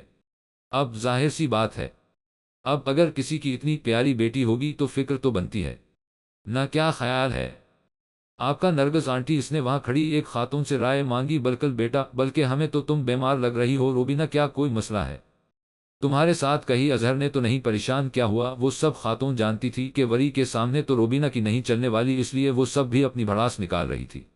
آپ جیسا کریں گے ویسا پائیں گے، اور کبھی کسی کی ماں کی برائی کسی ایسے فنکشن میں نہ کرے جہاں اس کی اولاد موجود ہو، کیا پتا وہ خاتون آپ کی باتیں برداشت کرتی ہو، اس کی اوقات کبھی نہیں کرے گی، اور ضروری نہیں اگر معصوم ہے تو بچے ان سے زیادہ معصوم ہو، کہیں دفعہ ایسا ہوتا ہے ماں یا باپ سادے سے ہیں تو بچے صحیح چلاک ہوتے ہیں، اس لیے کسی کے سامنے کچھ بھی بولتے ہوئے ایک بار سوچ لیا کرے۔ خواہش سے نہیں گرتے پھل جولی میں وقت کی شاخ کو ہلانا ہوگا میرے دوست، کچھ نہیں ہوگا، اندھیروں کو برا کہنے سے اپنے حصے کا دیا خود ہی جلانا ہوگا۔ وہ لڑکی خاموشی سے اس خاتون کو کانپتے دیکھ اور سن رہی تھی۔ ان خاتون کی آواز میں عجیب سحر تھا، سکون تھا کہ اس کا دل چاہ رہا تھا کہ وہ اس کی آواز سنتی رہے، یا شاید ان خاتون کی آواز میں موجود سحر ان لفظوں کی وجہ سے تھا جو وہ پڑھ رہی تھی۔ وہ عجیب طریقے سے ہیپنوٹائز ہو رہی تھی۔ ان کے الفاظ سن کے ان خاتون نے اپنی تلاوت مکمل کر کے قرآن کو عقیدت سے چوما اور غلاف میں لپیٹ کر اٹھنے لگی۔ جب اس لڑکی نے ان کو پکارا، میں بھی قرآن پڑھتی تھی جب گھر میں ہوا کرتی تھی، مگر میری آواز میں یا انداز میں ایسا مزہ نہیں تھا جیسا آپ کے منہ سے ان الفاظ کو سن کر آ رہا ہے، اس نے کھوئے ہوئے لہجے میں کہا۔ اس خاتون نے حیرت سے اس لڑکی کو دیکھا جس نے آج پہلی بار ان کی تعریف کی تھی، ان کی کسی چیز کو پسند کر کے بنا جلے بنا دکھی ہوئے ان کو بتایا تھا، اس چیز کے بارے میں تم اب کیوں نہیں پڑھتی نماز اور قرآن؟ ان خاتون نے اپنی تعریف ہونے پر کوئی ردعمل ظاہر کیے بغیر اس سے پوچھا، مجھ سے نہیں پڑھی جاتی نماز؟ میں نے کوشش کی تھی مگر میرا دل ہی نہیں چاہتا نماز پڑھنے یا قرآن پڑھنے کا، اس لڑکی نے بے تاثر انداز میں کہا۔ کیوں نہیں دل کرتا؟ کیا اب تمہیں اللہ سے محبت نہیں ہے؟ کیا ایک آزمائش نے تمہارا بھروسہ ختم کر دیا؟ اللہ کے اوپر سے اس عورت کا لہجہ بہت نرم تھا کہ ان کی کوئی بھی بات طنز یا ہمدردی نہیں لگ رہی تھی، بس وہ ایک بات لگ رہی تھی جیسے اس کی مدد کرنے کے لیے یا اس کی الجھنیں ختم کرنے کے لیے اس سے وہ الفاظ کہہ رہی ہوں۔ نہیں، مجھے اللہ سے محبت ہے، لیکن شاید میرا ایمان کمزور ہو گیا ہے، یا اللہ نہیں چاہتا کہ میں اسے پکاروں۔ اس لڑکی کے چہرے پر تکلیف کے آثار نمایاں تھے۔ تم غلط کہہ رہی ہو بیٹا، اللہ چاہتا ہے کہ ہم اسے پکاریں، اسی لیے وہ ہمیں بہت سے لوگوں کے ذریعے اپنی طرف متوجہ کر رہا ہوتا ہے، لیکن ہم یہ بات سمجھتے ہی نہیں ہیں۔ تمہیں چاہیے، تم ابھی تکلیف میں ہو، اس لیے تم ابھی سے اللہ کے قریب ہو جاؤ، اس کو پکارو، اس سے تعلق مضبوط کرو۔ ایک بار اس سے تعلق بنا لوگی تو تکلیف میں بھی خوش رہنے لگ جاؤ گی، اور تمہاری تکلیف تو صرف اللہ ہی جانتا ہے۔ اس سے سکون مانگو، صبر مانگو، تم دیکھنا تمہاری تکلیف میں کمی آتی جائے گی۔ وہ خاتون آہستہ آہستہ اس میں اللہ کے ساتھ دوبارہ تعلق جوڑنے کا جذبہ ڈال رہی تھی۔ مگر مجھے نماز میں ہر چیز یاد آتی ہے، میں نماز میں بھٹک جاتی ہوں۔ اس لڑکی نے بیچارگی سے کہا۔ تو کیا ہوا؟ میرے ساتھ بھی اکثر ایسا ہو جاتا ہے، میں اکثر بھول جاتی ہوں کہ میں نے کتنی رکعتیں پڑھی ہیں، کبھی میرے دماغ میں سارا دن جو کیا وہ روٹین آ جاتی ہے، لیکن کیا اس سب کی وجہ سے میں اللہ کو نہ پکارو، اس کا کلام نہ پڑھو؟ تم یہ نہ سوچو کہ میں بہت اچھی نماز پڑھتی ہوں، پابندی کے ساتھ تو میں بہت اچھی ہوں، یا میری نماز بہت اچھی ہے۔ ضروری نہیں ہے کہ تم ابھی نماز کو دل سے پڑھو، تم فرض سمجھ کر پڑھ لیا کرو، کیا پتہ اللہ اس پر بھی خوش ہو جائے اور تم میں نماز کو دل سے پڑھنے کا جذبہ ڈال دے۔ انہوں نے نرمی سے اس کا ہاتھ دبا کر کہا، میں کوشش کروں گی ساری نمازیں پڑھنے کی، کیا آپ میری ہیلپ کریں گی؟ اس سب میں اس نے الجا کرنے والے انداز میں کہا، بالکل کروں گی بیٹا۔ اس خاتون نے محبت سے اس کی پیشانی چومی اور اس کو دا دے کر باہر جانے لگے۔ جب اس لڑکی نے انہیں پکارا، آپ نے ایک بار بھی مجھ سے یہ نہیں پوچھا کہ میرے ساتھ کیا ہوا، میں یہاں کیوں پڑھی ہوں، بلکہ جب آپ نے میرا نام پوچھا اور میں نے آپ سے بدتمیزی سے کہا کہ میرا کوئی نام نہیں ہے اور بھی کافی کچھ کہا تھا، تو کیا آپ کو برا نہیں لگا؟ آپ نے مجھے کچھ بھی نہیں کہا، اس سب کے لیے آپ کو برا تو لگا نا؟ اس نے اپنے رویے پر شرمندگی سے نیچے دیکھتے ہوئے ان سے پوچھا، کیا تم سب باتوں پر شرمندہ ہو؟ اس خاتون نے سوالیہ انداز میں اسے دیکھتے ہوئے پوچھا، جی مجھے معاف کر دے، میں اس وقت دکھی تھی، اس وجہ سے یہ سب بول گئی۔ اس نے اپنی بدتمیزی کا عذر پیش کیا، ان کو مجھے اچھا لگا کہ تمہیں احساس ہو گیا اپنی بدتمیزی کا، اب اپنا نام بھی بتا دو۔ اس خاتون نے آخر میں لہجے کو تھوڑا سے شرش کر کے کہا، صفیہ اوان نام ہے میرا۔ اس نے اپنا سیدھا ہاتھ ان کی طرف بڑھاتے ہوئے ہلکی سی مسکراہٹ کے ساتھ کہا۔ جواب میں اس خاتون نے بھی اپنا سیدھا ہاتھ آگے کرتے ہوئے دلکش مسکراہٹ کے ساتھ کہا، زونیرا اویس کہتے ہوئے دونوں نے ایک دوسرے کے ہاتھوں کو گرم جوشی سے ہلایا اور ایک دوسرے کی طرف محبت بھری مسکراہٹ اچھالی۔ کبھی کبھی زندگی میں خوش ہونے کے لیے بڑی بڑا خوشیوں کی ضرورت نہیں ہوتی، اگر انسان کا تعلق اللہ سے مضبوط ہو تو وہ چھوٹی چھوٹی باتوں میں بھی خوشیاں تلاش لیتا ہے۔ اس خاتون نے اس لڑکی کو اللہ کی جانب متوجہ کروا دیا تھا۔ اب آگے اس لڑکی کا اور اللہ کا معاملہ تھا۔ اس نے اپنے بڑی ہے سواد شہدیتین کا کام کر دیا تھا۔ اگر آپ کبھی کسی کو نماز کی تلقین کرتے ہو تو محبت سے کرے، کبھی بھی زور زبردستی نہ کرے، اس وجود کی وہ خاصیت جانے جس سے وہ آپ کی بات مانتا ہے اور اس خاصیت کے ذریعے محبت سے اس کو اللہ کی جانب متوجہ کرے تاکہ وہ بیزاری سے نہیں محبت سے نماز پڑھے۔ عفان اور ثنا کے ساتھ لوگ تصویریں کھنچوا رہے تھے۔ کھانا کھا لیا گیا تھا، دور کے رشتہ دار وغیرہ جا چکے تھے اور قریبی بھی تصویریں وغیرہ کھنچوا کر گھر جانے کی کر رہے تھے۔ کچھ اور لوگوں نے بھی اوپر اسٹیج پر چڑھ کر تصویریں کھنچوائی اور اسٹیج سے نیچے اتر گئے۔ ان کے اترتے ہی عفان نے میرو کر کہا، میرو سب کو بلواؤ، اب فیملی پکچر بھی لے لی جائے، اور یہ بھی دیکھو وری کہاں ہے۔ وری کی بات کرتے ہوئے اس کے چہرے پر تشویش تھی۔ اچھا میں بلواتا ہوں، باقی تو سب ادھر ہی ہیں، بس فہد اور وری کا نہیں پتا کہ وہ کہاں۔ میرو نے اس کو بتاتے ہوئے ادھر ادھر نظریں گھما کر دیکھا، لیکن وری اور فہد کہیں نظر نہیں آئے۔ ٹھیک ہے، جاؤ جا کر دیکھو اور بلواؤ، سب کو کھانا بھی کھانا ہے ابھی ہم سب نے۔ عفان نے اس کو تنبیہ کی جلدی بلوانے کی۔ میرو اس کی سن کر فورا نیچے کی طرف بڑھا اور جو فیملی ممبر اس کو دکھا اس کو اوپر اسٹیج پر جانے کا کہا۔ وہ جیسے ہی کھانا کھانے کی جگہ سے آگے بڑھا، وہاں سامنے ہی وری اور فہد کھڑے آپس میں لڑ رہے تھے۔ میرو نے ایک گہری سانس خارج کی اور ان کی طرف بڑھا، تم نے یہ کیسے عجیب سے بال بنایا ہے، سب کے سامنے بےزتی کرواؤ گے، سب کہے گے اتنی پیاری لڑکی کا کتنا عجیب بھائی ہے جس کو فیشن کا ہی نہیں پتا۔ وری اس کو کب سے سنا رہی تھی، اس کی نظر ہی ابھی پڑی تھی اس پر جو سائیڈوں سے گنجا تھا۔ پیچ کے بال چھوڑ کر وہ بال بھی اس نے اوپر کی طرف اٹھائے، عجیب سہ کوئی اسٹائل بنایا ہوا تھا۔ آپ کو فیشن کا پتہ ہی کہا، بس یہ بھرے ہوئے کپڑے پہن کر منہ پر میک اپ تھوپ کرا جاتی ہیں۔ جب لڑکوں کے فیشن کا پتہ ہی نہیں تو کیوں بول رہی ہیں؟ فہد نے بھی بنا لحاظ کے کہا، جیسا بھی فیشن ہوتا ہے، کم از کم تمہاری طرح کھوتا کٹن میں نہیں گھوم رہی ہوتی، تمیز کے بال بنا کر پھر رہی ہوتی ہیں، اتنے اچھے کپڑے پہن کر بھی تم بھنگی لگ رہے ہو۔ وری بھی اس کو غصے سے ڈانٹ رہی تھی، اور آپ بھی تو کالی بھنگن لگ رہی ہو، ان خوبصورت کپڑوں میں آپ نے ساری شو ہی خراب کر دی ہے۔ انہیں پہن کر فہد نے بھی اپنا بدلہ لہا۔ فہد تم میرے ساتھ آئندہ کہیں مت جانا، لوگ سمجھیں گے تمہیں میں اپنا بیگ وغیرہ پکڑنے کے لیے لے کر آئی ہوں۔ وری نے اس کو اچھا خاصا تپا دیا تھا۔ وری تم بھی میرے ساتھ کہیں مت جانا ورنہ لوگ بولے راستے میں جھاڑو لگوانے کے لیے میں تمہیں اپنے ساتھ لے کر جا رہا ہوں۔ فہد نے بھی اس کو چڑھایا، میں تم سے 4 سال بڑی ہوں اور تم میرا نام لے رہے ہو، شرم نہیں آ رہی تمہیں؟ وری نے غصے سے کہا، نہیں وری، میں نے شرم بیچ کر مرچی والے پکوڑے کھا لیے تھے۔ فہد نے ڈھٹائی سے کہا، ہاں نظر آ رہا ہے۔ کھوتے کٹ وری نے ایک بار پھر اس کے ہنسے سلکی بالوں کو نشانہ بنایا، وری اب اگر تم نے میرے بالوں کو ہاتھ لگایا تو میں تمہیں بہت برا ماروں گا۔ فہد نے چڑھ کر کہا، بیٹا صبر کرو، تایا ابو کو بتاتی ہوں۔ گھر جا کر وری نے اس کو دھمکایا، ایک تو تم ہر بات میں تایا ابو کو کیوں لے کر آتی ہو؟ فہد نے غصے سے اس کو گھورتے ہوئے کہا، ہاں جیسے تم تو ہر لڑائی میں ماما کو نہیں لے کر آتے، اگر یاد ہو تو پچھلے ہفتے کی لڑائی میں جب میں نے تم ہلکا سے مکہ مار دیا تھا مذاق میں، تو کیسے تم نے ماما کو کہا تھا ماما؟ وری آپ ہی نے میرے بازوں پر مکے مارے ہیں۔ وری نے اس کی نکل اتارتے ہوئے کہا، ہناکا میں نے تمہیں صرف ایک مکہ مارا تھا؟ ہاں تو وہ ایک بھی کتنی زور سے لگا تھا؟ فہد نے منہ بنا کر کہا، ہاں تو کیا ہوا، اگر زور سے لگ گیا، بہن نے ہی تو مارا تھا، باہر والوں سے پٹ کر آ جاتے ہیں، گھر میں بہن یا امی مار دے تو بڑا غصہ آ رہا ہوتا ہے۔ وری اب بھی اس کو چڑھا رہی تھی، آپ ہی صبر کرو، میں ماما کو بتاتا ہوں۔ فہد آگے بڑھا اس کی شکایت نمرہ بیگم کو لگانے کے لیے جب کسی نے اس کا بازو پکڑ کر واپس کھینچا میرو جو کافی دیر سے ان کی لڑائی انجوائے کر رہا تھا۔ فہد کو جاتے دیکھ کر اس نے اس کا ہاتھ پکڑ کر واپس کھینچا۔ فہد ابھی چھوڑ دو، گھر جا کر تم بھی شکایت لگانا اور میں بھی، مجھے بھی اس نے بہت تنگ کیا ہوا ہے، ابھی چلو فیملی فوٹو کھنچوانے۔ میرو نے فہد کو تسلی دیتے ہوئے آگے چلنے کا اشارہ کیا۔ وری نے ان دونوں کو ایک سخت گھوری سے نوازا اور لمبے لمبے ڈگ بھرتی ان کے پاس سے گزر کے چلی گئی۔ میرو اس کی اس حرکت پر درخشی سے مسکرایا، وہ جانتا تھا اگر ایسا نہ کرتا تو وری نے جانا ہی نہیں تھا۔ بنا لڑائی کیے وہ سب لوگ اسٹیج پر آ گئے تھے۔ وری بھی جلدی سے اوپر چڑھی اور اسد کے ساتھ کھڑی ہو گئی۔ تایا تائی عفان اور ثنا کے آس پاس بیٹھے تھے، باقی سارے بڑے پیچھے کھڑے تھے۔ اب کاشی اور علما کا ویٹ کیا جا رہا تھا۔ عرشا اور عرصی بھی پیچھے کھڑے ہوئے تھے۔ ان لوگوں کو اتنا عرصہ ساتھ ہو گیا تھا کہ اب وہ فیملی کی ہی طرح تھے۔ علما اسٹیج پر چڑھنے والی تھی جب پیچھے سے آتی فری نے اس کو دکھا دے کر اس سے پہلے اسٹیج پر چڑھ گئی، مگر اس کے دھکے سے علما نیچے گرنے والی تھی۔ اگر ان دونوں کے پیچھے اسٹیج پر چڑھتے کاشی نے اس کو پکڑ نہ لیا ہوتا۔ فری کی اس حرکت پر سب سے زیادہ وری اور میرو کو غصہ چڑھا۔ وری آگے بڑھ رہی تھی اس کو سیدھا کرنے کے لیے، لیکن اسد نے اس کا ہاتھ پکڑ لیا تھا تاکہ وہ ابھی کچھ نہ بولے۔ اس کو وہ سوری، تمہیں غلطی سے ٹچ ہو گیا۔ فری نے پیچھے مڑ کر مکاری سے اس کو سوری کہا اور ثنا عفان کے پاؤں کے پاس جا کر بیٹھ گئی جہاں اس کے اور بھی کزن بیٹھے تھے۔ کاشی نے اس کو سیدھا کھڑا کیا اور پوچھا، آپ ٹھیک ہو؟ علما پاؤں وغیرہ تو نہیں مڑا؟ نہیں میں ٹھیک ہوں تھیکنس کاشی بھائی۔ علما کی آواز کانپ رہی تھی جیسے ابھی بھی وہ اس فیض سے باہر نہ آ سکی ہو۔ مہرو آگے بڑھی اور اس کا ہاتھ پکڑ کر اس کو اپنے ساتھ لے جا کر کھڑا کر دیا اور کاشی بھی جا کر وری کی بائیں طرف کھڑا ہوا۔ جب وری نے کہا، تھینکس کاشی، لیکن تمہیں چاہیے تھا کہ علما کو پکڑتے اور فری کو نیچے دھکا دے دیتے۔ وری نے دانت پیش کر کہا، وری کیوں تم مجھے بھری جوانی میں قتل کروانا چاہتی ہو؟ وہ دونوں آپس میں بات کر رہے تھے جب فوٹوگرافر نے انہیں ٹوک دیا، آپ دونوں پلیز سامنے دیکھے اور باتیں نہ کرے۔ فوٹوگرافر نے ذرا غصے سے کہا، کیونکہ کب سے ان سب کا انتظار کر کر کے وہ بھی اب بیزار تھا۔ وہ دونوں سیدھے ہو کر کھڑے ہو گئے تھے۔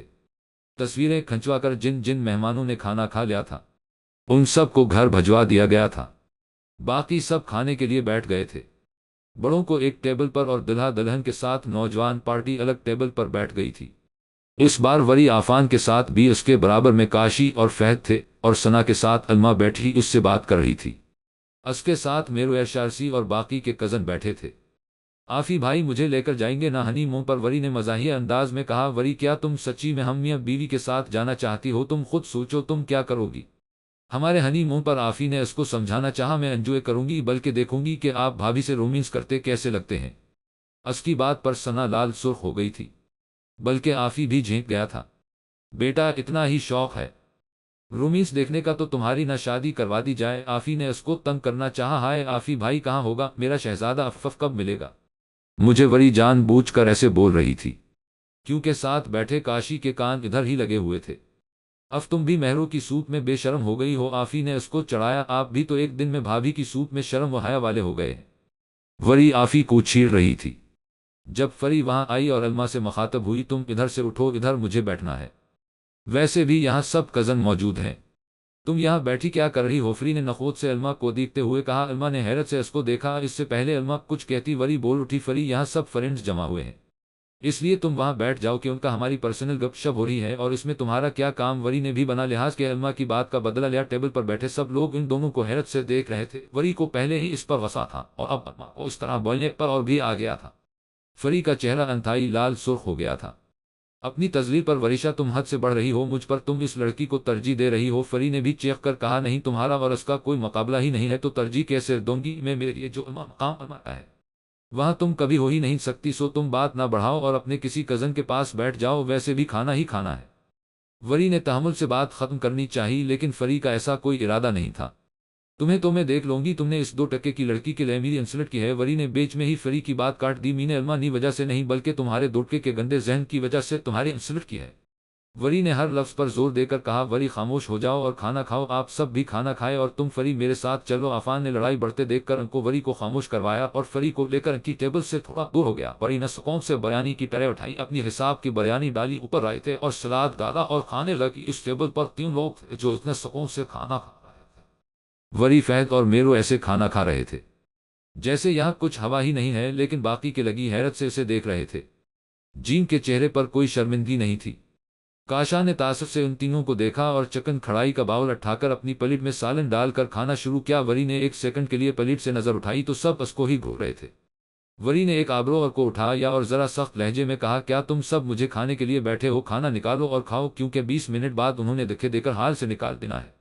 ہم سب کو اس کی بات سن کر سب نے کھانے کی طرف ہاتھ بڑھائے۔ میرو نے علما کی پلیٹ میں بریانی نکالتے ہوئے کہا، علما نکال، میں دے رہا ہوں، اگر کھانے کی ہمت نہیں ہے تو بتاؤ، کھلا بھی دو۔ علما نے سٹکا کر اس کو دیکھا اور پلیٹ اپنی طرف کر کیا کھانا شروع کیا۔ ثنا، آپ بھی کھانا کھا، کیونکہ عفان بھائی اس کو کھانا کھلا کر اور خود بھی اس کے ساتھ کھا کر آئے۔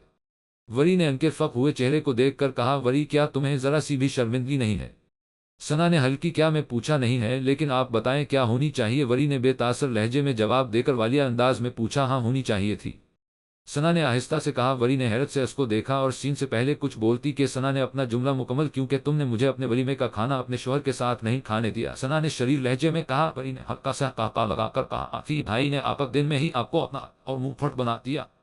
آپی اس کی بات کے جواب میں ثنا نے اس کو صرف آنکھ مار کر تصدیق کی، اس کی بات کی اور کھانا کھانا شروع کیا۔ وہ ایک ہفتے سے اس لڑکی کے پاس جا رہی تھی۔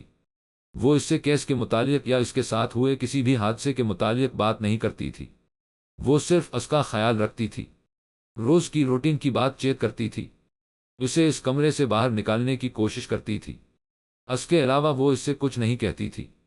اور یہ سب کرتے نور نے ایک چیز نوٹ کی تھی کہ اس کے مریم کو ہمدردی اور ترس بھری نظروں سے نہ دیکھنا اس کو بہت عجیب لگتا ہے، جیسے وہ چاہتی ہے کہ سب اس کو ہمدردی دیں، اس پر ترس کھائیں، آسے ٹھیک نہ سمجھیں، لیکن نور اس کو یہ سب نہیں دے رہی تھی۔ وہ بہت نارمل انداز میں اس سے ملتی تھی، جیسے اس کے ساتھ کچھ ہوا ہی نہ ہو۔ ابھی بھی وہ مریم کے لیے سوپ لے کر جا رہی تھی جب اس کی پینٹ کی جیب میں پڑا فون وائبریٹ ہوا۔ اس نے کچن کاؤنٹر پر ٹرے رکھی اور جیب سے فون نکال کے چیک کیا جہاں پرائیویٹ نمبر سے کال آ رہی تھی۔ اس نے غور سے نمبر کو دیکھا کہ شاید یاد آ جائے کس آفیسر کا ہے، لیکن وہ اپنے سب ٹیم ممبرز کے نمبر اسی دن لے کر سیو کر چکی تھی۔ اس نے تھوڑا الرٹ ہو کر فون پر کیا، ہیلو اسلام وعلیکم مس نور، میجر احمد اسپیکنگ۔ فون میں سے احمد کی بھاری روبدار آواز گونجی، وعلیکم السلام نور۔ اس کی آواز سن کر سٹکا گئی تھی۔ یہ تو شکر تھا کہ اس کے فون میں وائس چینجر لگا ہوا تھا، ورنہ آج اس کی خیر نہیں ہوتی۔ مس نور، مجھے آپ سے اس کیس کے متعلق بات کرنی ہے، کیا آپ مجھ سے مل سکتی ہیں؟ سر اویس کے آفس میں میجر احمد کی آواز دو ٹوک تھی۔ نو میجر، آپ مجھ سے فون پر ہی ڈسکشن کر لیں، کیونکہ مجھے ابھی کسی سے بھی ملنے کی پرمیشن نہیں ہے۔ آپ جانتے ہیں، یہ بات نور نے بھی اس کے انداز میں کہا، آئی نو، مگر اس سے پہلے میجر احمد کوئی اور جواز پیش کر کے اس کو مناتا۔ نور نے بیچ میں ہی اس کو ٹوک دیا، سوری میجر، مگر آپ مجھ سے فون پر ہی بات کر لیں، اوکے؟ کیا آپ بتا سکتی ہیں کہ کب تک ہمیں اس لڑکی کے متعلق پتہ چل سکتا ہے جس کے بارے میں جاننے کے لیے ہم نے آپ کو اس لڑکی کے پاس بھیجا ہے؟ نور کے بیچ میں اس کی بات کاٹنے پر میجر کے لہجے میں بھی سختی اور اکڑاپن آ گیا تھا۔ میجر، میں کوشش کر رہی ہوں، انشاءاللہ کچھ دنوں میں آپ کو رپورٹ کروں گی۔ نور نے نرمی سے کہا، کچھ دنوں میں نہیں، مجھے 3 دن کے اندر اندر رپورٹ چاہیے، ہم اور لیٹ نہیں کر سکتے۔ اس کیس کو احمد کے لہجے میں سختی تھی۔ اوکے میجر، میں کوشش کروں گی کہ نور نے ابھی اپنا جملہ بولا ہی تھا کہ میجر احمد نے اس کو ٹوک دیا، کوشش نہیں، 3 دن میں مجھے ہر حال میں اس لڑکی کے بارے میں بتائیں، ویسے ہی آپ کو 1 ہفتہ دے دیا ہے۔ ہم نے یہ کہتے ساتھ میجر احمد نے کال کٹ کر دی تھی۔ نور نے فون کو گھورا اور زیرلب احمد کو گالیوں سے نوازا، بے شرم ہے، ایک نمبر کا ابھی اگر بتا دوں کہ کس سے بات کر رہے ہو تو ہوا ٹائٹ ہو جائے گی۔ الو کی ایک تو میں سر اویس سے بھی بہت عاجز آ گئی ہوں، میرا خیال ہے یہ چاہتے ہی نہیں ہے کہ میں یہ کیس پورا کروں۔ نور ان دونوں کو کوستی ہوئی مریم کا سوپ کا باؤل اٹھا کر اس کے کمرے کی طرف بڑھی۔